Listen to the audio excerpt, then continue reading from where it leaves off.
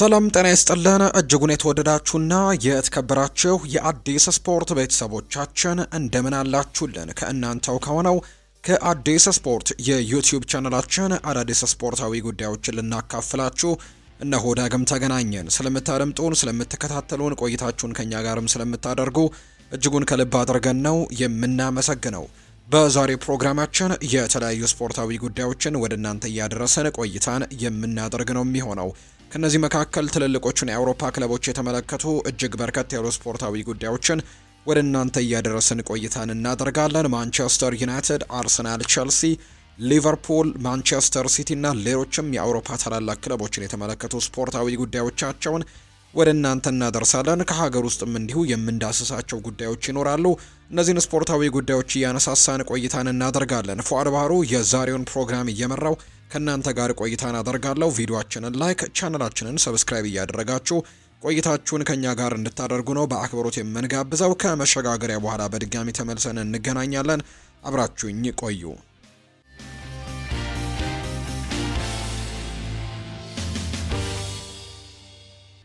የሀገር ውስጥ መረጃን በማስቀደም ነው የዛሬ ፕሮግራማችንን የምንጀምረው። ኢትዮጵያ መድን ከውድድሩ ውጪ መሆኑ ትላንትና ተረጋገጠ። ኢትዮጵያን ወክሎ በአፍሪካ ቻምፒየንስ ሊግ ማጣሪያ የተሳተፈው ኢትዮጵያ መድን ወደ ቀጣዩ ዙር ሳያልፍ የቀረበትን ውጤት ነው ትላንትና ያስመዘገበው። የሁለተኛ ዙር የማጣሪያ ጨዋታውን ትላንትና ከግብፁ ክለብ ፒራሚድስ ጋር ያደረገው ኢትዮጵያ መድን በድምር ውጤት 3-1 በሆነ ውጤት ተሸንፏል። የመጀመሪያውን ጨዋታ ኢትዮጵያ መድን 1-1 አጠናቆ እንደነበር የምናስታውሰው ቢሆንም በትላንትናው የመልሱ ጨዋታ ግን 2-0 በሆነ ውጤት ነው የተሸነፈው በግብፁ ክለብ ፒራሚድስ። የወቅቱ የአፍሪካ ቻምፒየንስ ሊግ አሸናፊ የሆነው ፒራሚድስ ወደ ውድድሩ እንግዲህ ምድብ ድልድል ማለፋቸውን ያረጋገጠ ቡድን መሆኑ ትላንትና እንግዲህ ተረጋግጧል። የአፍሪካ ቻምፒየን ነው። ስለዚህ እንግዲህ ኢትዮጵያ መድን ትልቅ ፉክክሮችንም ማድረግ ችሎ እንደነበር ተመልክተናል። በመጀመሪያው ጨዋታ ማቻ ነበር የወጣው። ነገር ግን የትላንትናውን የመልስ ጨዋታ 2-0 ተሸንፎ በአጠቃላይ በ3-1 ድምር ውጤት ከውድድሩ ውጪ መሆኑ የተረጋገጠ ቡድን መሆኑ ተረጋግጧል። በቀጣይ አመት ደግሞ በሚደረገው ውድድር ላይ ኢትዮጵያን ፕሪሚየር ሊግን የሚያሸንፈው ቡድን በቀጣይ በአፍሪካ ቻምፒየንስ ሊግ የሚሳተፍ ነው የሚሆነው። ትናንትና በኢትዮጵያ ፕሪሚየር ሊግ የተደረጉ ጨዋታዎች ያሉ ድሬዳዋ ከተማ ትናንትና ድል ቀንቶታል። በኢትዮጵያ ፕሪሚየር ሊግ መርሃ ግብር ድሬዳዋ ከተማ ከመቀሌ ሰባ እንደርታ ጋር ትናንትና ጨዋታውን አድርጎ 2-1 በሆነ ውጤት ነው ድሬዳዋ ማሸነፍ የቻለው። የድሬዳዋ ከተማን የማሸነፊያ ግብም አቤል አሰበና ሙሐመድ ኑር ናስር ነው ማስቆጠር የቻሉት። ለመቀሌ ሰባ እንደርታ ብቸኛውን ጎል ደግሞ አሰጋኸኝ ጴጥሮስ ማስቆጠር የቻለ ተጫዋች ነው። ቀደም ብሎ በተደረገ ሌላ ጨዋታ አዳማ ከተማ ከሀዲያ ሆሳዕና ጋር ያደረጉትን ጨዋታ ምንም አይነት ጎል ሳይቆጠርበት 0-0 በሆናቸው ውጤት የተጠናቀቀ መርሃ ግብር ነው። ወደ ውጭ ሀገር ስፖርታዊ መረጃዎቻችን በቀጥታ እናምራ። ማንቸስተር ዩናይትድን የተመለከቱ መረጃዎችን በማስቀደም ነው የምንጀምረው። ውድ ቤተሰቦቻችን ማንቸስተር ዩናይትድ ቤት ሊሳንድሮ ማርቲኔስ ልምምድ መጀመሩ ይፋ ተደርጓል። በተለይ የዚህ ተጫዋች መመለስ በርካቶች በተደጋጋሚ የሰሙት ጉዳይ ነው፣ ወይም ደግሞ በቅርብ ይመለሳል ተብሎ በተደጋጋሚ መረጃዎች እየወጡ እንደነበር እናስታውሳለን። ትናንትና ግን በይፋ ወደ ልምምድ መመለሱን ተመልክተናል። ከቡድኑ ጋርም ልምምዶች አድርገዋል። ምናልባት ግን በዛሬው ጨዋታ ላይ ላይኖር እንደሚችል ነው አሰልጣኝ በነገው በሚደረገው የኖቲንግሃም ፎረስቱ ጨዋታ ላይ ግን ላይኖር እንደሚችል ነው አሰልጣኝ ሩበን አሞሪም የተናገሩት። ነገር ግን ወደ ሙሉ ልምምድ ግን መመለሱን ይፋ አድርገዋል። በርከት ያሉ ጊዜያትን በጉዳት ምክንያት የተጫዋች ለማንቸስተር ዩናይትድ ግልጋሎት አልሰጠም። በተለይ አምና በደረሰበት ጉዳት ማለት ነው። የማንቸስተር ዩናይትድ የተከላካይ ስፍራ ተጫዋች ሊሳንድሮ ማርቲኔዝ ግን በቅርቡ ወደ ሜዳ ይመለሳል። ወደ ልምምድ ግን ተመልሷል። አርጀንቲናዊው ተከላካይ ሊሳንድሮ ማርቲኔዝ ባለፈው አመት የካቲት ወር ላይ ነበር ይሄ ከባድ የምንለውን የኤሲኤል ጉዳት አጋጥሞት ለረጅም ጊዜ ከሜዳ መራቁ የምናስታውሰው ነው። ይህ ጉዳት በርካታ ተጫዋቾችን እንግዲህ ለረጅም ጊዜያቶች ከሜዳ ሲያርቃቸው እንመለከታለን። ከዛ ውጪ ደግሞ ከጉዳቱም ከተመለሱ በኋላ ከዚህ ጉዳት ከተመለሱም በኋላ እንግዲህ ራሳቸውን ካልጠበቁና እንዲሁ እረፍቶችን በደንብ ካላደረጉ ተደጋጋሚ ጊዜ ለሌሎች ጉዳቶችም ሲያጋልጣቸው እንመለከታለን። ይህንን እንግዲህ ነገር በበርካታ ተጫዋቾች እየተመለከትነው እንገኛለንና ሊሳንድሮ ማርቲኔዝም በርከት ያሉ የእረፍት ጊዜያቶችን ማሳለፉን የተነገረው። ማርቲኔዝ በትላንትናው የቡድኑ መደበኛ ልምምድ ላይ እንደተካፈለ ነው መረጃዎች የሚያሳዩት። ክለቡም ይፋ ያደረገው ያንን ነው። ተጫዋቹ በቀጣይ መርሃ ግብሮች ለማንቸስተር ዩናይትድም ግልጋሎት መስጠት ይጀምራል ተብሎ ነው የሚጠበቀው። ነገር ግን ይህ ነገር በኖቲንግሃም ፎረስቱ ጨዋታ ላይ እንደማይሆን ግን አሰልጣኝ ሩበን አሞሪም አረጋግጠዋል። ሊሳንድሮ ማርቲኔስ ተመልሷል፣ ነገር ግን ለኖቲንግሃም ፎረስት ጨዋታ ግን አይደርስም ሲሉ ነው የተናገሩት። የማንቸስተር ዩናይትዱ ተከላካይ ሊሳንድሮ ማርቲኔስ ለኖቲንግሃም ፎረስቱ ጨዋታ እንደማይደርስ ነው ሩበን አሞሪም ያረጋገጡት። ማርቲኔስ መጫወት ይፈልጋል፣ ነገር ግን እኛ ትክክለኛውን ጊዜ እንጠብቃለን። አብሮ ልምምድ ጀምሯል፣ ጥሩ ስራም እየሰራ ነው ሲሉ አሰልጣኙ ይፋ አድርገዋል። በሌላ በኩል ሃሪ ማጓየር ለጨዋታው መድረሱ አጠራጣሪ መሆኑን ነው አሰልጣኝ ሩበን አሞሪም ጨምረው እየተናገሩ የሚገኙት። ሩበን አሞሪም ሌሎች በጣም በርከት ያሉ ጉዳዮችንም አንስቷል። ምክንያቱም ከጨዋታው በፊት በሚኖር ፕሬስ ኮንፈረንስ ላይ በርከት ያሉ ጉዳዮችን ያነሳልና የተለያዩ ሀሳቦቹን አንስቷል። ከነዛ መካከል በጣም የከበደኝ ዓመት ነው ሲል እንግዲህ ሩበን አሞሪም ተናግሯል። በጣም አስቸጋሪ ዓመት ሲሉ ነው የገለጹት የዘንድሮን የውድድር ዓመታቸውን። ለኔ አስቸጋሪ ጊዜ ቢሆንም ነገር ግን በጣም ብዙ ትምህርቶችን ግን ወስጄበታለሁ የሚለው አሰልጣኙም በመጥፎ ጊዜም ቢሆን ባመኑት ነገር እንዴት መቆየት እንደሚቻል አሳይቻለሁ ሲልም ጭምር ነው የተናገረው። እኔም እንግዲህ ሲስተሜን እንድቀይር በጣም በርካቶች ጉትጎታዎችን ሲያደርጉብኝ ነበር። በክፉ ጊዜ ደግሞ ሊያስቆይሩኝ ሞክረው ነበር። ነገር ግን እኔ በክፉ ጊዜም ቢሆን ወይም ደግሞ መጥፎ ነገሮች በገጠሙኝ ጊዜም ቢሆን ባመንኩት ነገር ላይ ለመጽናት ሞክሬያለሁ ሲልም ጭምር ነው የተናገረው። እዚህ መሆን በህይወቴ ካሉኝ ትልቅ ክብሮች መካከል አንደኛው ነው። ማንቸስተር ዩናይትድን ማሰልጠን ለኔ በጣም ትልቁ ክብር ነው እና ለብዙ ዓመታትም ይህንን ነገር ወይም ይህንን ክብር አስጠብቄ መቀጠል እፈልጋለሁ ሲል አሰልጣኝ ሩበን አሞሪም ተናግሯል። የኖቲንግሃም ፎረስቱ አሰልጣኝ ሾን ዳይች በቅርቡ ነው እንግዲህ አሰልጣኝ ተደርገው በኖቲንግሃም ፎረስት የተሾሙት።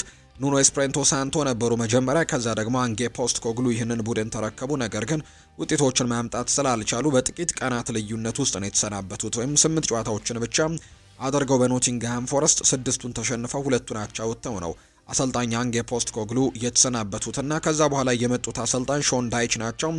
የኖቲንግሃም ፎረስቱ አሰልጣኝ ሾን ዳይች ደግሞ ከዚህ በፊት በአንድ ፖድካስት ላይ አንድ ሀሳብ ሰጥተው ነበር። በተለይ የማንቸስተር ዩናይትድ አጫወትን ተችተው እንደነበር የምናስታውሰው ነውና በጉዳዩ ላይ ምላሻቸውን የጠየቁት አሰልጣኝ ሩበን አሞሪም ተንታኝ ሆነክ ጠንካራ ቃላትን ካልተናገርክ ማንም አይሰማህም መሰለኝ፣ እንደዚህ አይነት ንግግሮችን ከነሱ እንጠብቃለን ሲልም ጭምር ነው አሰልጣኝ ሩበን አሞሪም ለሾን ዳይች ምላሻቸውን የሰጡት። ስለዚህም እኔ ተንታኝ በሆን ልክ እንደነሱ ነበር የምሆነው ሲሉ አሰልጣኝ ሩበን አሞሪም ሀሳባቸውን ሰጥተዋል። አሰልጣኝ ሾን ዳይች በወቅቱ በሰጡት አስተያየት እኔ በ4-4-2 አስተላለፍ ማንቸስተር ዩናይትድን ባሰለጠን ከሩበን አሞሪም የበለጠ ጨዋታን አሸንፋለሁ ብለው ነበር ሀሳባቸውን የሰጡት። ምናልባት እውነት ሊሆን ይችላል ይላሉ ሩበን አሞሪም ይህንን ምላሻቸውን ሲሰጡ።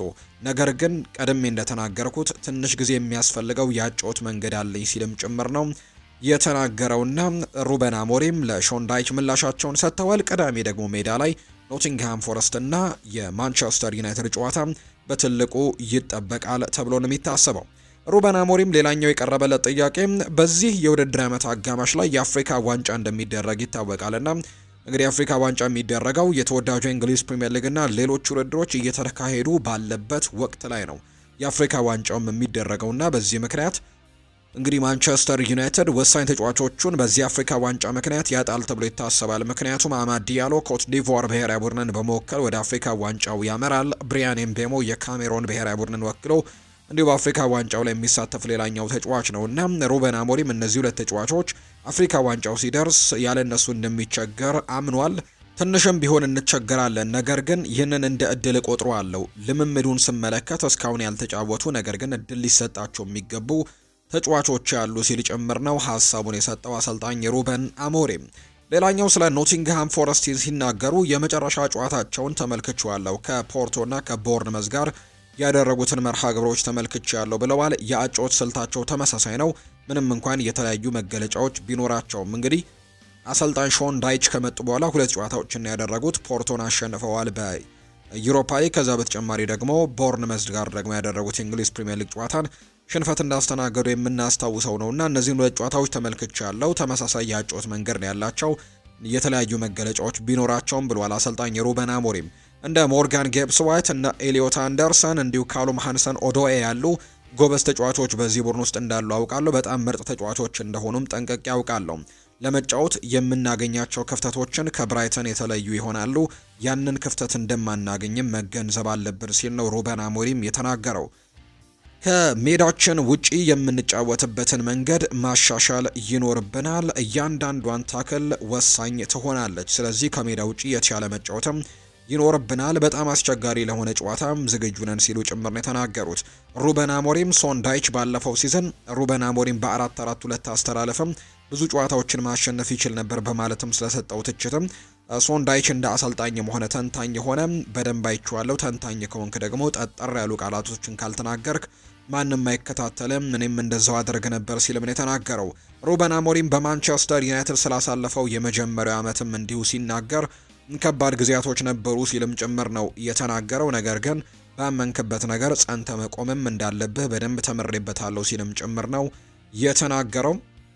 እንግዲህ አሁን ላይ ያለው ሁኔታ ከ3 ሳምንታት በፊት ከነበረው በጣም የተለየ እንደሆነ ሁላችሁም ታውቃላችሁ። በዚህ በመሆኔ ለኔ ታላቅ ክብር ጭምር ነው ሲልም ጭምር ነው የተናገረውና አሁን ላይ ካለፉት የዛሬ 3 ሳምንት አካባቢ ቢሆን ኖሮ በጣም ከባድ ጊዜያቶችን እያሳለፍን እንደነበር ሁላችሁም ታውቃላችሁ። ነገር ግን አሁን ከዛ የተለየ ጊዜ ላይ ነው የምንገኘው ሲልም ጭምር ነው ሐሳቡን የሰጠው አሰልጣኝ ሩበን አሞሪም ነው ይህንን ሀገር ሐሳቡን እየሰጠ የሚገኘው። ተጫዋቾቹ ከቡድናችን መለየታቸው ከባድ ነው፣ ምክንያቱም በልምምድም ሆነ በጨዋታዎች ላይ ጥሩ እየሰሩ የሚገኙ ናቸው። ሆኖም ግን ሌሎች ተጫዋቾችን እኛ ለመርዳት እድል ያገኛሉ። እኛ የምንፈልገው ያጨዋወት ስልትም እየተረዱ መጥተዋል። ስለዚህም እሱን እያሻሻልን ከመጣን የባህሪ ለውጥ የቡድኑ ሐሳብ ወይም ደግሞ ሞመንተምን አይቀይሩም ብሏል። ነገር ግን እስኪ በተቀሩት ጨዋታዎች አማድና ብሪያኔን በመሆን እናሰልፍና በአጠቃላይ እንመለከተዋለን ሲልም ጭምር ነው የማንቸስተር ዩናይትድ አሰልጣኝ ሩበን አሞሪም የተናገረው። ሌላኛው ለሁሉም አሰልጣኞች ክብር አለኝ ብሏል። የኖቲንግሃም ፎረስቱ አዲሱ አሰልጣኝ ሾንዳይች አሰልጣኝ ሩበን አሞሪምን ጨምሮ ለሁሉም አሰልጣኞች ትልቅ ክብር እንዳለው ነው እየተናገረ የሚገኘው። በነበረው ፕሬስ ኮንፈረንስ ላይ ይህንን ነገር ተናግሯል። ለሁሉም አሰልጣኞች ክብር አለኝ፣ በፕሪሚየር ሊጉ ላሉ አሰልጣኞች ብቻ ሳይሆን በመላው ዓለም ለሚገኙ አሰልጣኞችም ትልቅ ክብር አለኝ ሲል ይናገራል።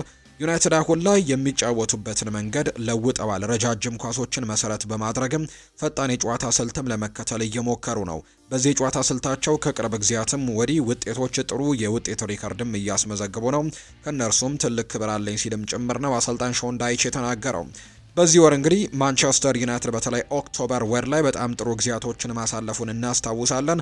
ለዚህ ደግሞ እንደ ትልቁ ምሳሌ የሚሆነው አሰልጣኝ ሩበን አሞሪም ማንቸስተር ዩናይትድን ከተረከቡ ለመጀመሪያ ጊዜ የወሩ ምርጥ አሰልጣኝ እጩ ዝርዝር ውስጥ መካተት ችለዋል። በኋላ ላይ በስፋት እናነሳዋለን። ነገር ግን የማንቸስተር ዩናይትድ አሰልጣኝ ሩበን አሞሪም ማንቸስተር ዩናይትድን ከተረከቡ በኋላ ለመጀመሪያ ጊዜ የወሩ ምርጥ አሰልጣኝ ለመባል በእጩ ዝርዝር ውስጥ መካተታቸውን ተመልክተናልና ከተለያዩ አሰልጣኞች ጋር እጩ ዝርዝር ውስጥ አሉ። ይሄ ደግሞ ለአሰልጣኙም ትልቅ የሞራል መነሳሳትን የሚፈጥር እንደሆነ በርካቶች ያምናሉ። አሁን ላይ ያመጡት ያለው ውጤትን ለማስቀጠልም ደግሞ ትልቅ ነገሮችን ይሰጣቸዋል ተብሎ ይጠበቃል። በኋላ ላይ በስፋት የምናነሳው ጉዳይ ነው የሚሆነው የፕሪሚየር ሊጉ የወሩ ምርጥ እጩዎችን በተመለከተ ስናነሳ። አርሰናልን የተመለከቱ መረጃዎችን ደግሞ ወደ እናንተ እናደርስ ወደ ቤተሰቦቻችን። የአርሰናል መሪነት በቆመ ኳስ ነው ካልክ እግር ኳስን አታውቅም ብሏል። ስኮት ፓርከር ነው ይህንን ሀሳብ እየሰጠ የሚገኘው። በተለይ በዚህ የውድድር ዓመት አርሰናሎች በርከት ያሉ ጎሎችን ከቆሙ ኳሶች እንዳያስቆጠሩ ይታወቃልና 12 ያክል ጎሎችን ያስቆጥረዋል። ስለዚህ እንግዲህ በዚህ የውድድር ዓመት በርካቶችም የሚናገሩት አርሰናል ከቆመ ኳስ ነው ጎሎችን የሚያስቆጥረው የሚል አይነት ሀሳቦችን በርካቶች ያነሳሉ። ነገር ግን የበርንሌው አሰልጣኝ የሆነው ስኮት ፓርከር ግን የአርሰናል መሪነት በቆመ ኳስ ነው እያስቆጠሩ ነው ካልክ ግን እግር ኳስን አታውቅም ሲሉ ነው የበርንሌው አሰልጣኝ ስኮት ፓርከር የሚናገሩት። የበርንሌው አሰልጣኝ ስኮት ፓርከር የአርሰናል ጥንካሬ የቆመ ኳስ ብቻ አይደለም ሲሉ ነው አስተያየታቸውን የሚሰጡት። በዚህ ሳምንት እነዚህ ሁለት ቡድኖች ጨዋታቸውን እንደሚያደርጉ ይታወቃል። አርሰናልና በርንሌይ መርሃ ግብራቸውን ያደርጋሉና የበርንሌው አሰልጣኝ ከጨዋታው በፊት ነው የተለያዩ ጉዳዮችን እያነሳ የሚገኘው። የአርሰናል ጥሩነት በቆመ ኳስ ላይ ብቻ የመጣ አይደለም ያሉት አሰልጣኝ ስኮት ፓርከር ቡድኑ በደንብ የሰለጠነ ነው ሲሉ ጭምር ይናገራሉ። አሰልጣኙ አክለውም አሰልጣኝ አርሰናል ሊጉን እየመራ የሚገኘው በቆመ ኳስ ነው ብለህ ካሰብክ እግር ኳስን አትረዳም ሲልም ጭምር ነው የተናገረው።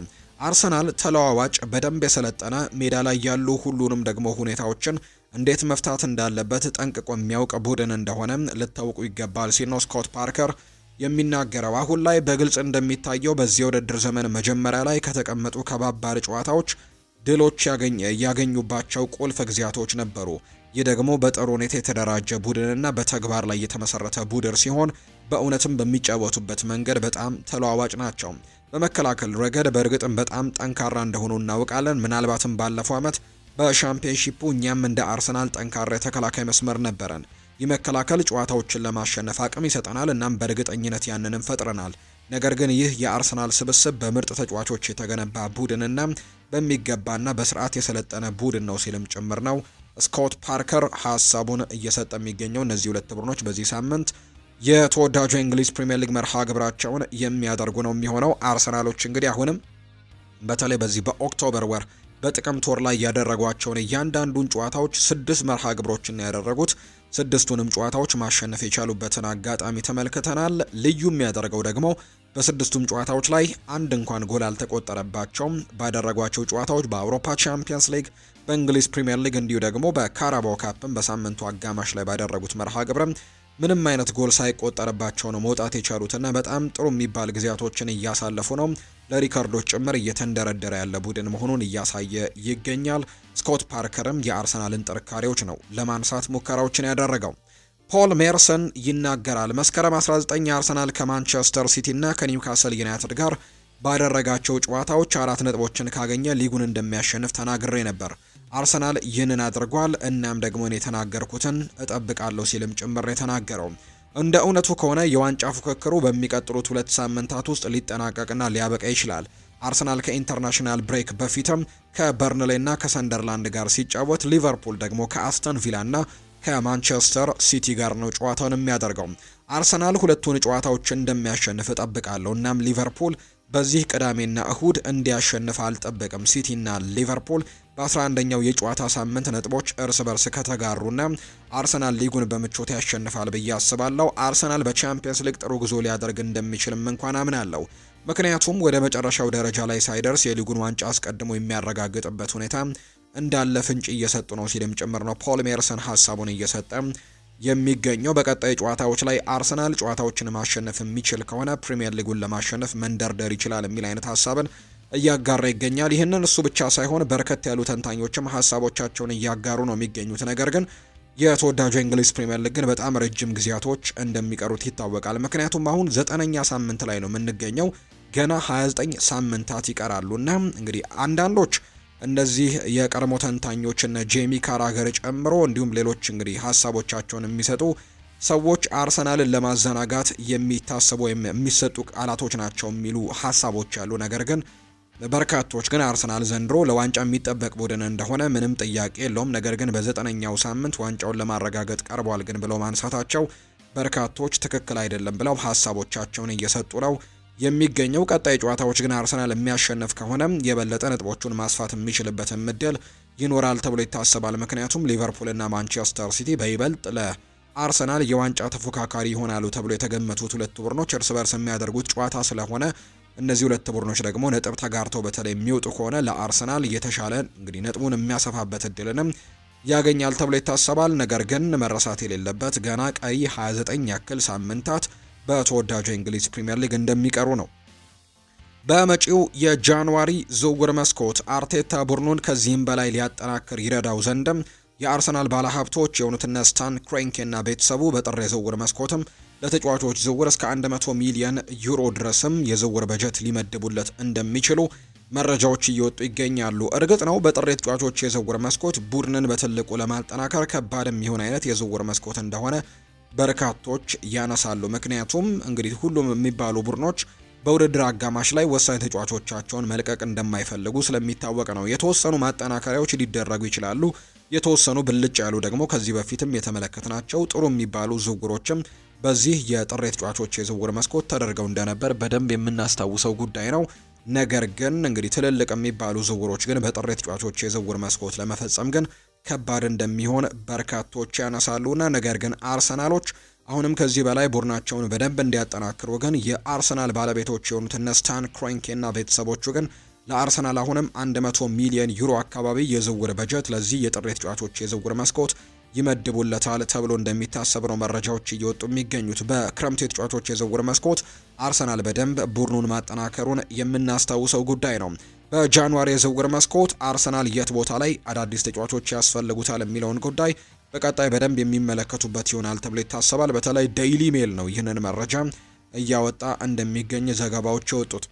ማይልስ ሉዊስ ስኬሊ አንድ ሀሳቡን ሰጥቷል። በተለይ ስለ አርሰናል ክሊንሺቶች ነው ሀሳቡን የሰጠው። ጠንካራ የተከላካይ መስመር ስላለን እንኮራለን። በዚህ ትልቁ ኤምሬትስ ስቴዲየም ላይ ስንጫወትም መረባችንን ማስደፈር አንፈልግም። ማንም ሰው ጎል እንዲያገባ ደግሞ ስለማንፈልግ ጠንክረን እንከላከላለን ሲልም ጭምር ነው ማይልስ ሉዊስ ስኬሊ የተናገረው። በዚህ ውድድር ዓመት በርከት ያሉ ክሊንሺቶችን አስመዝግበዋል አርሰናሎች 12 ጨዋታዎችን በአጠቃላይ በሁሉም ውድድሮች ያደርገው እንግዲህ እስካሁን ድረስ በአጠቃላይ ውድድሮች አርሰናል 3 ግቦች ብቻ ነው የተቆጠረበት። እንግዲህ በእንግሊዝ ፕሪሚየር ሊግ 9 ጨዋታዎችን አድርገዋል። እንዲሁ በተወዳጁ የአውሮፓ ቻምፒየንስ ሊግ የሚያደረጓቸው መርሃ ግብሮች እንዳሉ እናውቃለን። 3 ያክል እንዲሁ መርሃ ግብሮችን አድርገዋል። በካራባኦ ካፕም በዚህ ሳምንት አጋማሽ ጨዋታቸውን ማድረጋቸው ይታወሳልና በእነዚህ በአጠቃላይ ውድድሮች እስካሁን የተቆጠረባቸው 3 ግቦች ብቻ ናቸው። በቻምፒየንስ ሊጉ አትሌቲኮ ማድሪድን ሲያሸንፉ፣ ኦሎምፒያኮስን እንዲሁ ሲያሸንፉና ሌላኛውን አትሌቲክ ቤልባውን ሲያሸንፉ በእነዚህ ጨዋታዎች አንድም ጎል አልተቆጠረባቸውም። ከዛ በተጨማሪ በተወዳጁ የእንግሊዝ ፕሪሚየር ሊግ ባደረጓቸው 9 ጨዋታዎች የተቆጠረባቸው ደግሞ በ3ቱ ጨዋታዎች ብቻ ነው። በሊቨርፑል የዶሚኒክ ሶቦስላይ ጎል፣ በማንቸስተር ሲቲ የሃላንድ ጎልና እንዲሁ በኒውካስል ዩናይትድ ጨዋታ በኒክ ቮልትማደ በተቆጠረባቸው ግቦች ብቻ ነው እስካሁን ድረስ በአጠቃላይ በሁሉም ውድድሮች 3 ግቦች ብቻ እንደተቆጠረባቸው የተመለከትነው ጉዳይ ነውና ጠንክረን እንከላከላለን ሲልም ጭምር ነው ማይልስ ሉዊስ ስኬሊ ሀሳቡን እየሰጠ የሚገኘው። ኢታን ንዋኔሪም ሀሳቡን ሰጥቷል። አርሰናል በሁሉም ውድድሮች በተከታታይ 8 ጨዋታዎች ስለማሸነፉ ይናገራል። ወደ ፕሪሚየር ሊግና ቻምፒየንስ ሊግ ስንገባ ጥሩ እድገት እንደሚሰጠን አስባለሁ። እያንዳንዱ ጨዋታን በትኩረትም ለመጫወት እንሞክራለን። እናም በአመቱ መጨረሻ ላይም ጥሩ ነገር እንደሚመጣም ተስፋ እናደርጋለን ሲልም ጭምር ነው ሀሳቡን የሰጠው። ኢታን ንዋኔሪ ነው ሀሳቡን እየተናገረ የሚገኘው። ሌላኛው ሀሳቡን የሰጠው ኢታን ንዋኔሪ በኤምሬትስ ስቴዲየም ጎል ማስቆጠር ሁልጊዜም ደስ የሚል ስሜት አለው፣ በጣም ጥሩ ስሜት ይሰማኛል ሲልም ጭምር ነው የተናገረው። በተለይ በዚህ ሳምንት አጋማሽ ከትላንትና በስቲያ በተደረገ የካራባኦ ካፕ ጨዋታ ላይ ለአርሰናል ጎል ማስቆጠሩን እናስታውሳለን። ብራይተን ኤንድ ሆቭ አልቢዮንን 2-0 ሲያሸንፉ የመጀመሪያውን ጎል ያስቆጠረው ኢታን ንዋኔሪ ነውና በኤምሬትስ ስቴዲየም ጎል ማስቆጠር ሁልጊዜም ደስ የሚያሰኝ ስሜት አለው ሲልም ጭምር ነው ኢታን ንዋኔሪ ሀሳቡን እየሰጠ የሚገኘው። ንዋኔሪ ቀጥልና ማይልስ ሉዊስ ስኬሊና እኔ ከልጅነታችን ጀምሮ ሁልጊዜም ጥሩ ግንኙነት ነበረን። በሜዳ ላይ በደንብ እንግባባለን። ስለዚህም ጎል በማግባቴና እሱ ደግሞ አሲስት ስላደረገልኝ በጣም ደስተኛ ነኝ ሲልም ጭምር ነው የተናገረው። በዛ ጨዋታ ላይ ብራይተን ላይ ቅድም ጎል አስቆጥሯል ብያችኋለሁ። እሱን ጎል ሲያስቆጥር ደግሞ አመቻችቶ ያቀበለት ሉዊስ ስኬሊ እንደነበረ የምናስታውሰው ነው። ከቪክተር ዮኬሬሽ እና ከቤንጃሚን ሼስኮ ተብሎ ዌይን ማርክ ሩኒ ጥያቄ ቀርቦለት ነበር። ቪክተር ዮኬሬሽ በክረምት የተጫዋቾች የዝውውር መስኮት ከስፖርቲንግ ሊዝበን ወደ አርሰናል የተቀላቀለ ተጫዋች እንደሆነ ይታወቃል። በስፖርቲንግ ሊዝበን እያለ ጎል አስቆጣሪነቱ የተረጋገጠ ተጫዋች እንደሆነ የምናውቀው ነው። በአጠቃላይ በስፖርቲንግ በፖርቱጋሉ ቡድን በ102 ጨዋታዎችም 97 ጎሎችን አስቆጥሮ እንደነበር እናስታውሳለን። በአንጻሩ ቤንጃሚን ሼስኮ ከጀርመን ቡንደስሊጋ አርቢ ለብዚሽ ነው ወደ ማንቸስተር ዩናይትድ የተቀላቀለው። ዌይን ማርክ ሩኒ ከነዚህ ተጫዋቾች ጋር አያይዞ ጥያቄ ቀርቦለት ምላሹን ሰጥቷል። እኔ በቀጥታ እንደምታውቁት ቤንጃሚን ሼስኮን ከቪክተር ዮኬሬሽ ጋር ሳይሆን ከአሌክዛንደር ኢሳክ ወይም ቤንጃሚን ሼስኮ ብትሉኝ መልስ አሁንም ቤንጃሚን ሼስኮ እንደሆነ እነግራችኋለሁ። ምክንያቱም ሼስኮን በጣም የምወደው ተጫዋች ነው። አርሰናል በዝውውር መስኮቱ ቪክተር ዮኬሬሽን ከማዘዋወሩ በፊት ቤንጃሚን ሼስኮን ለማዘዋወር እንቅስቃሴ ላይ በነበረበት ሰዓት እኔ አስቤ የነበረው አርሰናል ሼስኮን ካስፈረመ በእርግጠኝነት ወደ ፕሪሚየር ሊግ ዋንጫ አንድ እርምጃ ይወስዳቸዋል ብዬ ጠብቄ ነበር። ነገር ግን ይህ ወጣት አጥቂ ቤንጃሚን ሼስኮ ወደ ማንቸስተር ዩናይትድ መጥቷል። ይህ ደግሞ ለአርሰናል ትልቅ ኪሳራ ነው። አርሰናል የፊት መስመሩን እንዲመራ ከሼስኮ ይልቅም ቪክተር ዮኬሬሽን መምረጡ ትልቅ ኪሳራ ይመስለኛል በኔ እይታ ብሏል ዌይን ማርክ ሩኒ። ይህ ወጣት ቤንጃሚን ሼስኮ በቀጣይ ሊጉ ላይ ትልቅ ተጽዕኖ ፈጣሪ እንደሚሆን ጥያቄ የለውም። ስለዚህ አርሰናል ከዮኬሬሽ ይልቅ ቤንጃሚን ሼስኮ አስፈርመው ቢሆን ኖሮ ለኔ በጣም አስፈሪ ቡድን ይሆንብኝ ነበር ሲል ጭምር ነው ዌይን ማርክ ሩኒ ሀሳቡን እየሰጠ የሚገኘው። ቸልሲን የተመለከቱ መረጃዎችን ደግሞ ወደ እናንተ እናደርስ ውድ ቤተሰቦቻችን። ከቸልሲ ጋር በተያያዘ ፖል ሜርሰን ያጋራው ሀሳብ አለ። ቸልሲ የኤፍኤ ካፕ ቡድን ነው ሲል ነው ፖል ሜርሰን ሀሳቡን የሰጠው። በተንታኝነት እያገለገለ የሚገኘው የቀድሞ ተጫዋች ነው ፖል ሜርሰን ቸልሲ በወጣት ቡድን ሊጉን ማሸነፍ እንደማይቻል መገንዘብ ይኖርበታል ሲልም ጭምር ነው የተናገረው። በጣም ወጣት ተጫዋቾች በስብስብ ውስጥ እንዳሉ እየተመለከትኩኝ ይገኛለሁና እነዚህን ወጣት ተጫዋቾች ብቻ ሰብስበህ ደግሞ ሊጉን ለማሸነፍ ከባድ እንደሚሆንብህ ማወቅ ይኖርብሃል ሲልም ጭምር የተናገረው። በተለይ ቸልሲዎች በዝውውር መስኮቶቹ ላይ በወጣት ተጫዋቾች ላይ ትልቅ ትኩረትን እንዳያደረጉ የምናውቀው ነው። ነገር ግን ታለንትድ የሆኑ በተለያዩ ሊጎችም ራሳቸውን በደንብ ያሳዩ እንግዲህ ወጣት ተጫዋቾችን በማምጣት ነው የሚታወቀው። ለምሳሌ ያክል ጄሚ ባይኖ ጊቴንስን ከቦሩሲያ ዶርትመንድ ነው ያመጡት። ታዳጊ ተጫዋች ነው፣ ነገር ግን 21 ዓመቱ ነው። በጣም ድንቅ ተጫዋች እንደሆነ ግን በጀርመን ቡንደስሊጋ ማሳይቶ እንደነበር እናስታውሳለን። አሌሃንድሮ ጋርናቾን ከማንቸስተር ዩናይትድ አምጥተዋል በዚህ የዝውውር መስኮት። እንኳን ሌሎችም ተጫዋቾች እና ኤስቴቫ ዊሊያንም በብራዚል ሊግ በጣም ጥሩ ተጫዋች እንደሆነ ራሱን ያስመሰከረ ተጫዋች ነው። እንዲሁ ታዳጊ ኮከብ እንደሆነም የሚታወቅ ጉዳይ ነው። ነገር ግን በዚህ ቡድን ውስጥ ልምድ የሚባል ነገር ግን እንደሚያስፈልግ ነው ፖል ሜርሰን የተናገረው። ድንቅ ተሰጥኦ ያላቸው ወጣት ተጫዋቾች እንደሆኑ ቢታመንም ነገር ግን ደግሞ የአውሮፓ ቻምፒየንስ ሊግን ጨምሮ የተወዳጁ የእንግሊዝ ፕሪሚየር ሊግንም ጭምር ለማሸነፍ ወጣት ተጫዋቾችን ሰብስቦ ማጫወት ተገቢ እንዳልሆነ ነው ፖል ሜርሰን የሚናገረው። ፖል ሜርሰን ይቀጥልና ቸልሲ እየተከተለ የሚገኘው የዝውውር መንገድ ለፕሪሚየር ሊግ ዋንጫ እንደማያበቃው ጭምር ነው የተናገረው። ቸልሲ ወጥነት የጎደለው ወጣት ቡድን፣ የትንሽ ውድድሮች ቡድን እንደሆነ ይመስለኛል ሲልም ነው ፖል ሜርሰን የተናገረው። ቡድኑ ባለፈው ዓመት ዋንጫ አንስቷል፣ በዚህ ዓመት ማንሳትም ይችላል የሚለው ነገር ፖል ሜርሰን ይናገርና ነገር ግን በዚህ ወጣት ቡድን ፕሪሚየር ሊጉን ማሸነፍ በጭራሽ ግን አትችልም ሲልም ጭምር ነው የተናገረው። አሁን ላይ ክለቡ እየተከተለ የሚገኘው እቅድ ወጣት ተጫዋቾችን ማስፈረም ነው፣ ነገር ግን ያ እቅድ የፕሪሚየር ሊግ ዋንጫ አሸናፊ በጭራሽ አያደርግም ሲልም ጭምር ነው የቼልሲን ፖሊሲዎች እየተቸ የሚገኘው ፖል ሜርሰን እና በቀጣይ ልምድ ያላቸው ተጫዋቾችን ማምጣት እንደሚጠበቅበት ነው እየተናገረም የሚገኘው። ከዚሁ ጋር ከቼልሲ ጋር በተያያዘ ግን አንዳንድ ጉዳዮች እየተነሱ ይገኛሉ ቼልሲ ቤት።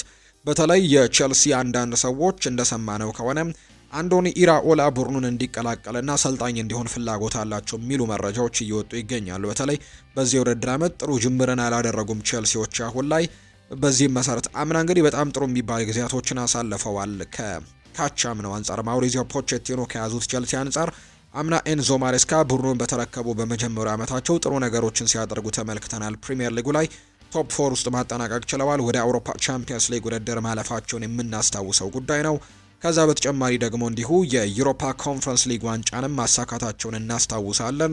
እንዲሁ ደግሞ ክረምት ላይ በተደረገውና በርከት ያሉ ትልልቅ ክለቦች በተሳተፉበት የዓለም ክለቦች ዋንጫ ላይ ቸልሲ ሻምፒዮን እንደነበረ እናስታውሳለን። ነገር ግን ዘንድሮ ጥሩ ጅማሬን ማድረግ እንዳልቻሉ እየተመለከትን ነው የምንገኘውና ከባድ ጊዜያቶች ሆኖባቸዋል። ስለዚህ አሰልጣኝ ኤንዞ ማሬስካ ላይ ጥያቄዎች እየተነሱ እንዳሉ የሚያሳዩ ነገሮች ያሉና በርካታ የሚባሉ የውስጥ ሰዎች አንዳንዶቹ እንግዲህ ኤንዞ ማሬስካን በማሰናበት ምናልባት ስፔናዊውን አሰልጣኝ የቦርን መዙን አንዶኒ ኢራኦላ ቸልሲን እንዲረከብ ትልቅ ፍላጎት አላቸው የሚሉ አይነት ዘገባዎች እየወጡ ይገኛሉ። በትልቁ እንግዲህ የሚነሱ መረጃዎች ሲኖሩ ደግሞ ወደ እናንተ ተከታትለን የምናደርስ ነው የሚሆነው።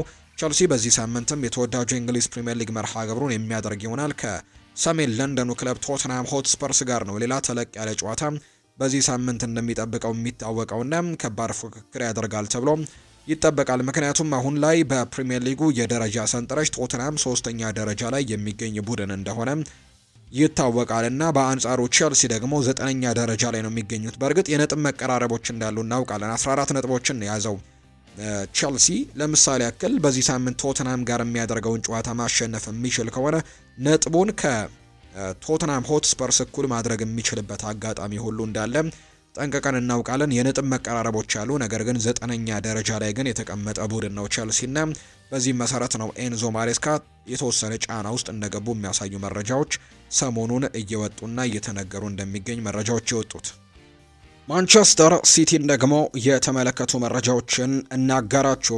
ማንቸስተር ሲቲ የወርሃ ጥቅምት የወሩ ምርጥ 3 እጩ ተጫዋቾቻቸውን ይፋ አድርገዋል። በዚህ መሰረትም እነዚህ 3 ተጫዋቾች በይፋ ተካተዋል። ኤርሊንግ ብራውት ሃላንድ አንደኛው ነው። ሌላኛው የአማካይ ስፍራ ተጫዋች የሆነው ኒኮ ጎንዛሌዝም በዚህ ዝርዝር ውስጥ የተካተተ ነው። በተለይ የሮድሪ በጉዳት ምክንያት አለመኖርን ተከትሎ ኒኮ ጎንዛሌዝ ለማንቸስተር ሲቲ የአማካይ ክፍል በጣም ጥሩ ጊዜያቶችን እያሳለፈ እንደሆነ እየተመለከትን እንገኛለን። ስለዚህ ኒኮ ጎንዛሌዝ በዚህ እጩ ዝርዝር ውስጥ የተካተተ ሌላኛው ተጫዋች ሆኗል። ሌላኛው ማታያስ ኑኔስ ነው በዚህ ዝርዝር ውስጥ የተካተተ ሌላኛው ተጫዋች የሆነው በቀኝ ፉልባክ ላይም እየተጫወተ እየተመለከት ነው እንገኛለን። ስለዚህ ኤርሊንግ ብራውት ሃላንድ፣ ኒኮ ጎንዛሌዝ እና ማታያስ ኑኔስ በዚህ ወር የማንቸስተር ሲቲ የጥቅምት ወር ምርጡ ተጫዋች ለመባልም በእጩነት የቀረቡ 3 ተጫዋቾች እንደሆኑ መረጃዎቹ ይፋ አድርገዋል። ከዝውውር ጋር በተያዘ በማንቸስተር ሲቲ ቤት አንድ ተጫዋች ለመልቀቅ እንግዲህ ስሙ ከተለያዩ ክለቦች ጋር እየተነሳ ይገኛል። በዚህ የክረምት ተጫዋቾች ባለፈው የክረምት ተጫዋቾች የዝውውር መስኮት ጭምር ከተለያዩ ክለቦች ጥያቄዎች ቀርበውለት እንደነበር የምናስታውሰው ነው ይህ ተጫዋች። ነገር ግን በማንቸስተር ሲቲ መቆየቱን እናስታውሳለን። አሁን ላይ ግን በጥር ተጫዋቾች የዝውውር መስኮት ምናልባት ክለቡን ለቀው ሊወጡ ይችላሉ ከሚባሉ ተጫዋቾች መካከል አንደኛው ነው። ይህ ተጫዋች ኔዘርላንዳዊው ናታን አኬ ነው። ናታን አኬ ስሙ ከክሪስታል ፓላስ ጋር እየተያያዘ ይገኛል። በተለይም ደግሞ በሚቀጥለው ክረምት ወር ከኮንትራት ነጻ የሚሆነውና ከክለቡ ሊለቅም ይችላል ተብሎ የሚጠበቀው ተጫዋች ማርክ ጉሂን ለመተካትም በትልቁ ስማቸው ከተያዙ ተጫዋቾች መካከል አንደኛው ሆኗል። ናታን አኬ ማርክ ጉሂ በጥር አሊያ ደግሞ በክረምት የዝውውር መስኮት ክለቡን መልቀቁ አይቀሬ ስለሆነ በዚህ ምክንያትም ፓላሶች ናታን አኬን የማርክ ጉሂ ተተኪ አድርገው ለማምጣት ሙከራዎችን ያደርጋሉ። ማርክ ጉሂ ላይ ገንዘቦችን ማግኘት የሚፈልጉ ከሆነ በጥር ተጫዋቾች የዝውውር መስኮት መልቀቅ ለክሪስታል ፓላስ አዋጭ ይሆናል ተብሎ ይታሰባል። የተወሰኑ ገንዘቦችን ቢያንስ ከዚህ ተጫዋች ማግኘት ይችላሉ። ነገር ግን እስከ ክረምት ግን የሚታገሱት ከሆነ ተጫዋቹን በነፃ ነው የሚለቁትና ያ ደግሞ ለክሪስታል ፓላስ የተወሰነ ነገሮች ሊኖሩት እንደሚችሉ ይታመናል። ምክንያቱም ወሳኝ ተጫዋቻቸው እንደሆነ ይታወቃል። በዝውውር ገበያው ላይም ትልቅ ገንዘቦችን ያስገኝላቸዋል ተብሎ የሚጠበቅ ተጫዋች እንደሆነ ይታወቃል እና እስካሁን ድረስ ኮንትራቱን ማራዘም አልቻሉም። ስለዚህ ቢያንስ በጥር ተጫዋቾች የዝውውር መስኮት የሚለቁት ከሆነ ኮንትራቱ 6 ወር ስለሚቀረው የተወሰኑ ገንዘቦችን ማግኘት ይችላሉ። ካልሆነ ግን በክረምት ነው በነፃ የሚለቀውና ይህ ተጫዋች በጥር አሊያም በክረምት መልቀቁ አይቀሬ ስለሆነ ክሪስታል ፓላስ ኮዲው ለዚህ ተጫዋች ተተኪዎችን ማፈላለግ ጀምረዋል። አሁን ደግሞ የማንቸስተር ሲቲውን ኔዘርላንዳዊ ተከላካይ ናታን አኬን ለማስፈረም ፍላጎት እንዳላቸው የሚያሳዩ ሪፖርቶች ናቸው በትልቁ እየወጡ የሚገኙት። የሪያል ማድሪድን ጉዳዮች ደግሞ ወደ እናንተ እናድርስ። የሪያል ማድሪድ የወሩ ምርጥ ተጫዋች ይፋ ተደርጓል። በአሰልጣኝ ሻቪ አሎንዞ የሚሰለጥነው ሪያል ማድሪድ የወርሃ ጥቅምት የወሩ ምርጥ ተጫዋቻቸውን ይፋ አድርገዋል። በዚህ መሰረትም ቱርካዊው የመሃል ሜዳ ተጫዋች የሆነው አርዳ ጉሌር የወሩ ምርጥ ተጫዋች በመሆን በአብላጫ ድምጽም መመረጡን የተነገረው። አርዳ ጉሌር በወሩ ባደረጋቸው ጨዋታዎች ላይ አንድ ለጎል የሆነ ኳስ አመቻችቶ ማቀበል ችሏል። ባለፉት 2 ወራት ኬሊያን ምባፔ ነበር የሪያል ማድሪድ የወሩ ምርጥ ተጫዋች ሽልማትን ማሸነፍ የቻለው። አሁን ደግሞ አርዳ ጉሌር ይህንን ሽልማት ማሸነፍ ችሏል። ከሽልማቱ በኋላም ለመረጣችሁኝ በሙሉ ምስጋናዬ ላቅ ያለ ነው ሲል ሀሳቡን ሰጥቷል። በጣም ጥሩ ጊዜያቶችን በዘንድሮ የሻቪ አሎንዞ ቡድን ውስጥ እያስመለከቱን ከሚገኙ ተጫዋቾች መካከል አንደኛው ነው ቱርካዊው ተጫዋች። በተለይ ደግሞ ከኬሊያን ምባፔ ጋር የፈጠሩት ጥምረት ደግሞ በርካቶች እያሞገሱት ይገኛሉና ይህ ተጫዋች የዚህ ወር የሪያል ማድሪድ ምርጡ ተጫዋች የሚለውን ሽልማት ማሸነፍ እንደቻለ እየተመለከትን ነው የምንገኘው። በለቀጣይ ወራትም ትልቅ የሞራል ስንቅም ይሆናል ተብሎ ይታሰባል። አሁን ላይ በሻቪ አሎንዞ ስር ቦታቸው ከተጠበቁና በቋሚ አስተላለፍ ውስጥ ሁልጊዜ ከሚኖሩ ተጫዋቾች መካከል አንደኛው እንደሆነ ራሱን እያረጋገጠም ይገኛል። በቀጣይ ጨዋታዎችም በዚህ መልኩ ይቀጥላል ተብሎ ነው የሚታሰበው እያሳየ ከሚገኘው ድንቅ አቋም ጋር በተያያዘ ሻቪ አሎንዞ በተመለከተ አንዳንድ ነገሮች እየተነሱ ይገኛሉ። የሪያል ማድሪዱ አሰልጣኝ የሆኑት ሻቪ አሎንዞ በቻምፒየንስ ሊግ ጨዋታዎች ወቅትም አንዳንድ ለውጦችን ለማድረግ ማሰባቸው መረጃዎች እየወጡ ነው። ሻቪ አሎንዞ አሰልጣኝ ዦዜ ሞሪኒዮ በሪያል ማድሪድ እያሉ ይከተሉት የነበረውን መንገድ ለመከተልም እያሰቡ መሆኑን የተነገረው። ይህንን ተከትሎ ሪያል ማድሪድ ከሊቨርፑል ጨዋታ በፊት በአንፊልድ ስቴዲየም ልምምድ እንደማያደርጉ ማርካ የተባለ የመረጃ ምንጭ ዘግቧል። ሎስ ብላንኮቹ ልምምዳቸውን ስፔን ቫልዴባስ አድርገው ወደ እንግሊዝ እንደሚያቀኑ ነው የተነገረው።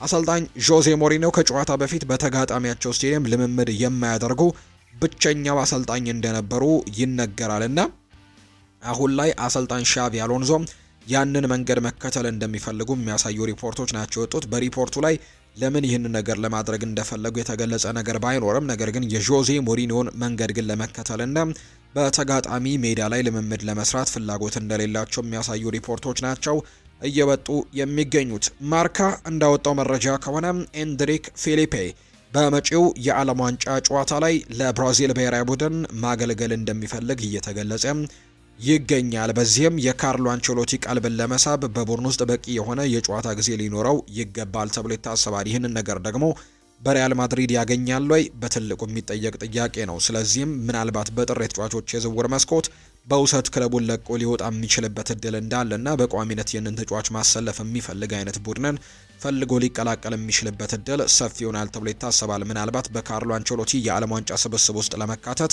የግዴታ እንግዲህ በቋሚነት መጫወትና መታየት ይኖርበታል። ምክንያቱም ብራዚል በጣም በርከት ያሉ የማጥቃት አማራጭ ተጫዋቾች ያሏት ስብስብ ከመሆኗ ጋር በተያያዘ ኤንድሪክ እንዲጫወት በቋሚነት መታየት ይኖርበታል ተብሎ ነው የሚታሰበው።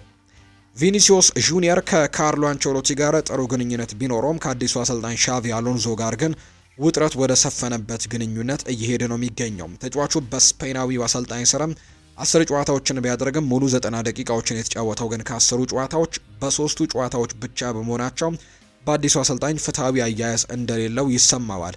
እንዲሁ በኤል ክላሲኮ በሳምንቱ መጨረሻም ባደረጉት ጨዋታ ላይም ተቀይሮ ሲወጣ እንዲሁ ቢሄድልክ ይሻላል እንግዲህ መሄድ ሳይሻል አይቀርም የሚል አይነት ሀሳብን ጭምር አጋርቶ እንደነበር የሚታወስ ነውና በአሰልጣኝ ሻቪ አሎንዞ እየተሰጠው የሚገኘው የጨዋታ ጊዜ እንዳላስደሰተውና ትሪት እየተደረገ የሚገኝበትን መንገድ ለተጫዋቹ እንዳልወደደው ጭምር ሲናገር እየሰማን እንገኛለን። ይህ በተለይ በባርሴሎናው ጨዋታ በ72ኛው ደቂቃ ላይ ተቀይሮ ሲወጣ ያስመለከተው ባህሪ ስሜቱን ገላጭ ድርጊትም ተደርጎ እየተወሰደ ነው። ቪኒ ጁኒየር በሻቪ አሎንዞ የታክቲክ መመሪያ ስር ሜዳ ላይ አመኔታና ነጻነት እንደሌለው ከሚሰማቸው የሪያል ማድሪድ ተጫዋቾች መካከልም አንደኛው ነው ብሎ እንደሚያስብ ነው ማሪዮ ኮርቴግና መረጃውን እያጋራም የሚገኘው። በዳኒ ካርቫሃል ጉዳት ምክንያት በሪያል ማድሪድ ቤት ከሁለት የውድድር ዓመታት ጉዳት የደረሰባቸው ተከላካዮች ቁጥር 47 አድርሶታል። ከ2023-24 የውድድር ዓመት ጀምሮ የሪያል ማድሪድ ተከላካዮች ብቻ 47 የተለያዩ ጉዳቶች ደርሰውባቸዋል።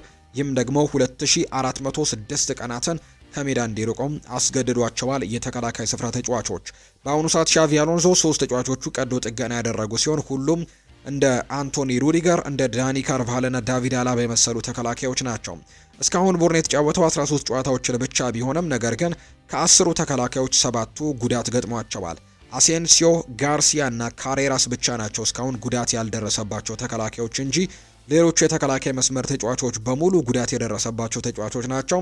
ሻቪ አሎንዞ የቀይ መስመር ተከላካይ ክፍተቱን ለመሙላትም ሙከራ ለማድረግ የተገደደ ሲሆን አሴንሲዮና ፌዴሪኮ ቫልቬርዴ ስፍራውን ለመሸፈንም ግዴታ የተሰጣቸው ተጫዋቾች እንደሚሆኑ ነው ማርካ የተባለው የመረጃ ምንጭ ደግሞ በትልቁ እያጋራም የሚገኘው።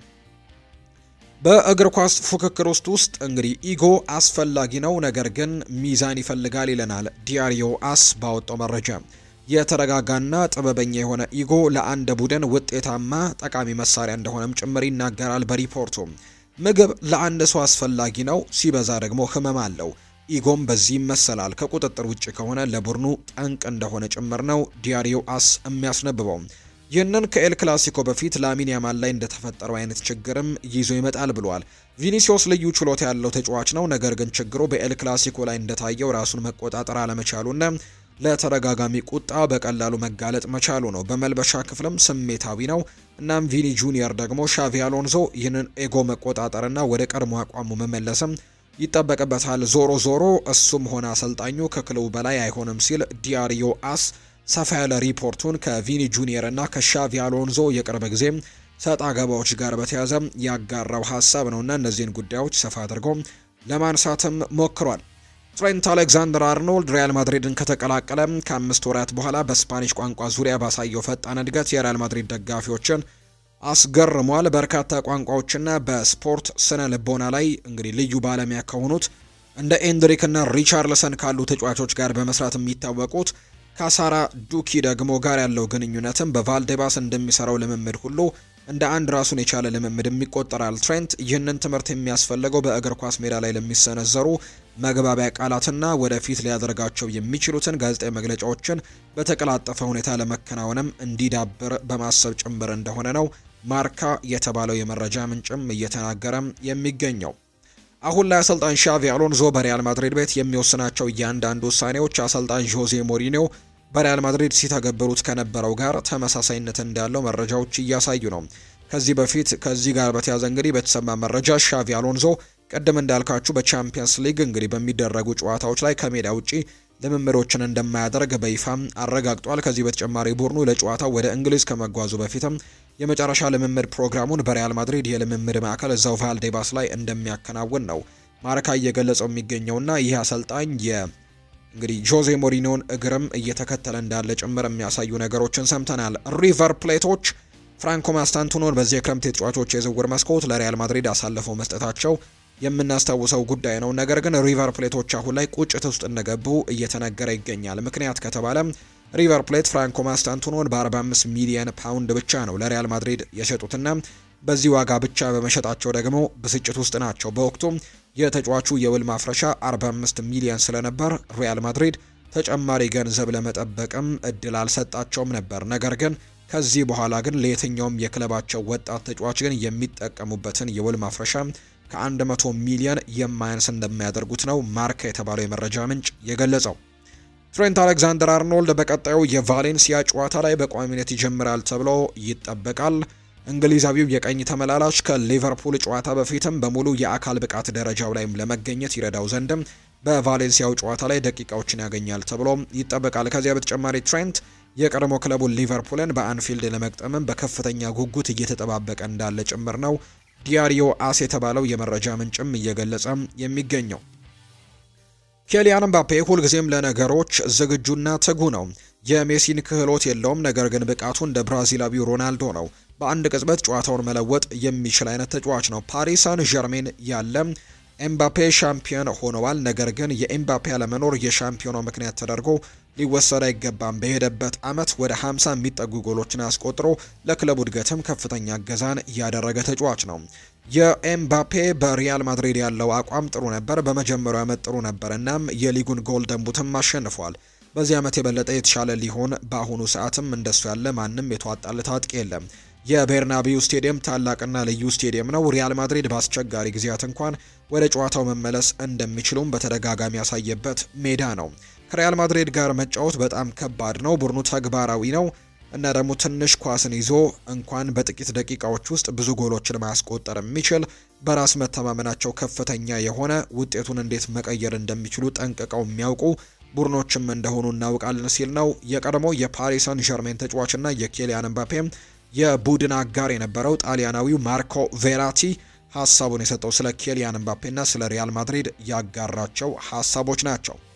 ሪያል ማድሪድ የቪኒሲዮስ ጁኒየርን ኮንትራት ለማደስ ንግግሮችን እንደገና ለመቀጠል የሚመርጥበት ቀን መቼ እንደሆነ ምንም አይነት መረጃ እስካሁን ድረስ አልተገለጸም እየተባለ ይገኛል። ስለዚህም ደግሞ አሁንም ድረስ ኮንትራቱ መቼ እንደሚራዘም ድረስ አልተነገረም። ነገር ግን ሁሉም ነገር እስከ አመቱ መጨረሻ ድረስም የሚዘገይ ይመስላል። ከዚያም በሪያል ማድሪድም ሆነ በተጫዋቹ በኩል ያለው አቋምን በተመለከተ የበለጠ ግልጽ ይሆናል ተብሎ ይታሰባል። ይህ ድርድር ገና ከጅምሩ ሲጀመርም በቪኒ ጁኒየር ከፍተኛ የገንዘብ ፍላጎት የነበረው የሚለው እውነት ነው። በአሁኑ ጊዜ እንግዲህ ቪኒሲዮስ ጁኒየር ከሪያል ማድሪድ 15 ሚሊዮን ዩሮ ያገኛል። በተጨማሪም የክለቡ የአመቱ ምርጥ ተጫዋች ተብሎ ከተሰየመ ተጨማሪ ጉርሻ ያገኛል። ይህም ቪኒ ከሪያል ማድሪድ ጋር እስካሁን ካለው የኮንትራት ውል ውስጥም አንደኛው እንደሆነ ነው ዲያሪዮ አስ መረጃውን ያጋራው። ሁልጊዜም ከሪያል ማድሪድ ጋር እሆናለሁ፣ ሁልጊዜም ሪያል ማድሪድን እጠብቃለሁ፣ እናም ደግሞ ሁልጊዜም ከሪያል ማድሪድ ጎንም እቆማለሁ ብሏል። ቶኒ ክሮስ ነው ይህንን ሀሳብ የሰጠው። ሮናልዶ ከፒርስ ሞርጋን ጋር ሊገናኝ እንደሆነ እየተገለጸ ነው። ፖርቱጋላዊው የፊት መስመር ተጫዋች የሆነው ክሪስቲያኖ ሮናልዶ ቀጣይ ሳምንት ቃለ ምልልስ እንደሚያደርግ ነው ይፋ የተደረገው። ክሪስቲያኖ ሮናልዶ ቃለ ምልልሱን የሚያደርገውም ከታዋቂው እንግሊዛዊው ጋዜጠኛ ፒርስ ሞርጋን ጋር እንደሆነ ነው መረጃዎች የሚያሳዩት። ከዚህ ሰው ጋር እንግዲህ ከዚህ በፊትም ተደጋጋሚ ቃለ ምልልሶችን ሲያደርግ እንደነበር የምናውቀው ጉዳይ ነው። ሮናልዶ ቃለ ምልልሱን የሚያደርገውም ከዚህ ሰው ጋር እንደሆነ ተገልጿል። ስፖርታዊ ቃለ ምልልሶችን በማድረግ የሚታወቅ ሰው ነው ፒርስ ሞርጋን። ከክሪስቲያኖ ሮናልዶ ጋርም በጣም የቅርብ የሚባል ግንኙነት እንዳላቸው ጭምር ይነገራል።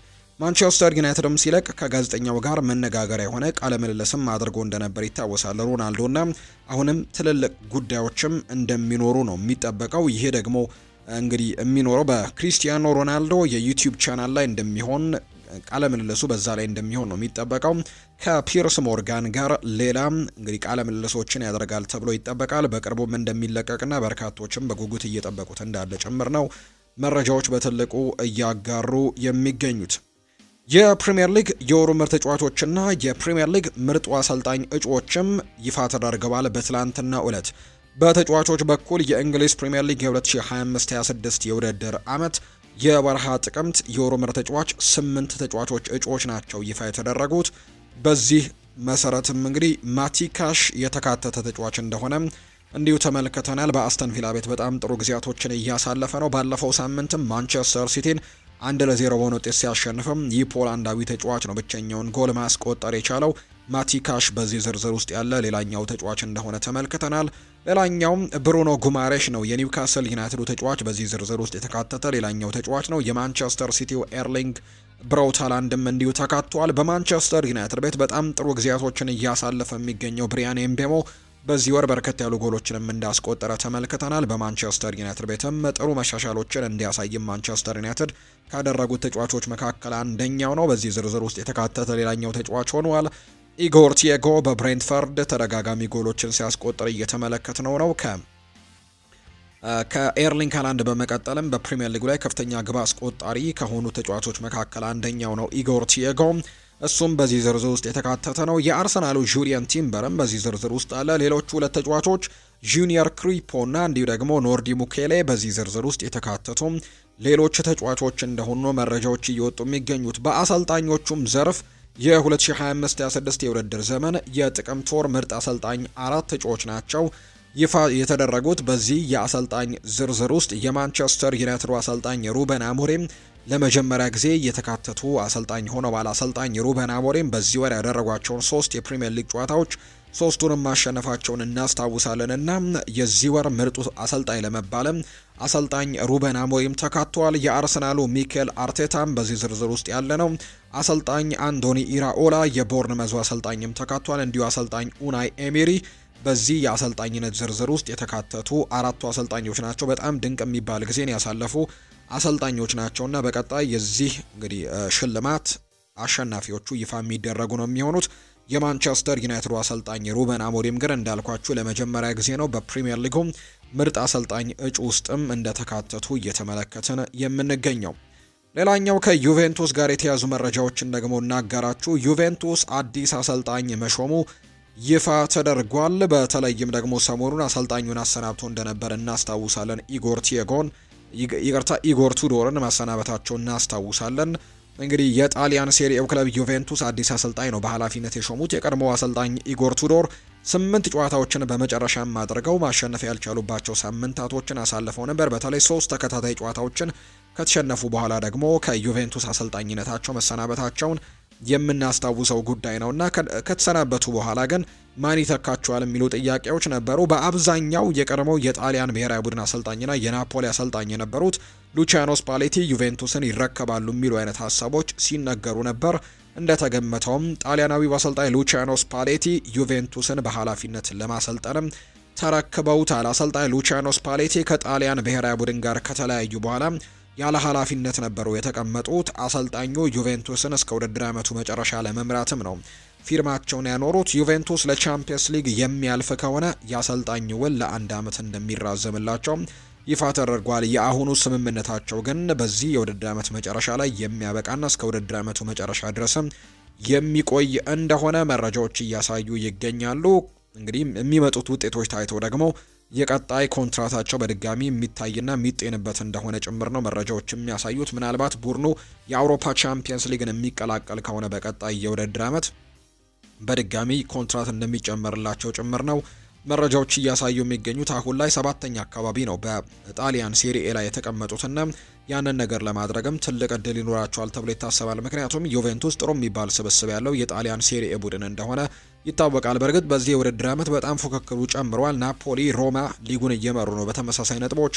ኤሲ ሚላንም ጥሩ ሆኖ ዘንድሮ መጥቷል። በተለይ በአውሮፓ ቻምፒየንስ ሊግና በአውሮፓ ውድድሮች ላይ አለመኖሩ ደግሞ ጉልበቱን ቀጥበው ውድድሮቹ ላይ በትክክል እንዲሳተፍ ይረዳዋል ተብሎ ይታሰባል። ኤሲ ሚላን፣ ኢንተር ሚላንም በዚህ ፉክክር ውስጥ ያለ ሌላኛው ቡድን እንደሆነ ይታወቃል እና አታላንታም ጭምር በዚህ ፉክክር ውስጥ ይኖራሉና በተለይ ደግሞ የሴስ ፋብሬጋሱ ኮሞም ዘንድሮ የሚቀመስ አልሆነም። በጣም ጥሩ ጊዜያቶችን እያሳለፈ እንደሆነ ይታወቃል። ከዩቬንቱስም በላይ ነጥቦችን መሰብሰቡ ይታወሳል። እናም በዚሁ የውድድር ዓመት ዩቬንቱስ በጣም ትልቅ ፉክክር ይጠብቀዋል ተብሎ ነው የሚታሰበው። አፍሪካዊቷ ሀገር አንጎላ ለአርጀንቲና ለመክፈል ተስማምታለች። የአንጎላ ብሔራዊ ቡድን ከአርጀንቲና ብሔራዊ ቡድን ጋር የወዳጅነት ጨዋታ ሊያደርግ መሆኑን ነው ይፋ የተደረገው። አንጎላ የወዳጅነት ጨዋታዋን ለማድረግም አርጀንቲና የጠየቀችውን 12 ሚሊዮን ዩሮ ገንዘብ ለመክፈልም መስማማቷ ይፋ ተደርጓል። የአርጀንቲና እግር ኳስ ፌዴሬሽን ከፍተኛ ገንዘብ የጠየቀው ሊዮኔል ሜሲ ወደ አንጎላ ይዞ ለመሄድ መሆኑንም ተነግሯል። የወዳጅነት ጨዋታው አንጎላ የነጻነት ቀኗን ከምታከብርበት ቀናት በኋላ እንደሚደረግ ነው ይፋ የሆነው።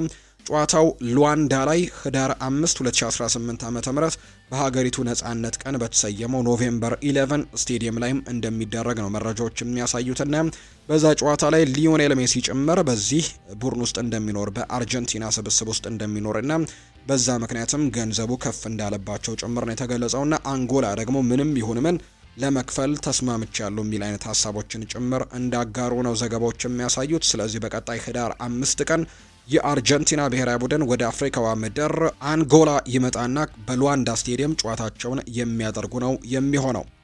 የሀገር ውስጥ የመጨረሻ መረጃችን እናደርግና የኢትዮጵያ እግር ኳስ ፌዴሬሽን በትላንትናው ዕለት 17ኛ መደበኛ ጠቅላላ ጉባኤውን በአዲስ አበባ በማካሄድ ላይ እንደሚገኝ ትላንትና ተገልጾ ነበር። በጉባኤው የ2017 እቅድ አፈጻጸም ሪፖርት የቀረበ ሲሆን የበጀት ዓመቱ አጠቃላይ ገቢ ከ357 ሚሊዮን ብር በላይ መሆኑም ይፋ ተደርጓል። የኢትዮጵያ ዋናው ብሔራዊ ቡድን በሁለቱም ጾታዎች አጠቃላይ ለአህጉራዊ ዓለም አቀፍ ውድድሮች ከ127 ሚሊዮን ብር በላይ ወጪ መደረጉም ነው የተነገረው።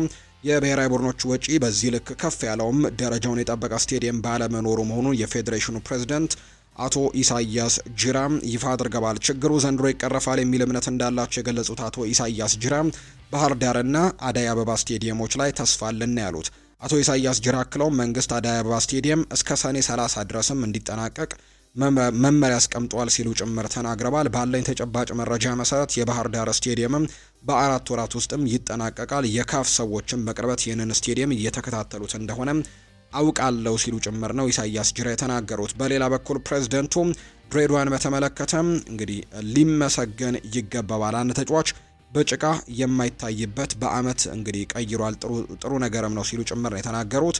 በብሔራዊ ቡድኖች በሁሉም መንገድም እንግዲህ በጣም ከባድ ጊዜያቶችን አሳልፈናል። ያጋጠሙን ሽንፈቶችም ሰው ፊት ቀመን ለማውራትም እንደሚያሳፍሩ ድረስ ነው እየገጠመን ሲሉ ነው አቶ ኢሳያስ ጅራ እየተናገሩትና ትላንትና በነበረው መግለጫ ላይ የአዲስ አበባ አዲስ አበባ ስቴዲየም እስከ ሰኔ 30 ድረስ እንዲጠናቀቅ መመሪያ እንደተሰጠ የባህር ዳር ስቴዲየምም ቢሆን በ4 ወራት ውስጥ ሊጠናቀቅ እንደሚችል ጭምር ነው ሀሳቦቻቸውን ያጋሩት።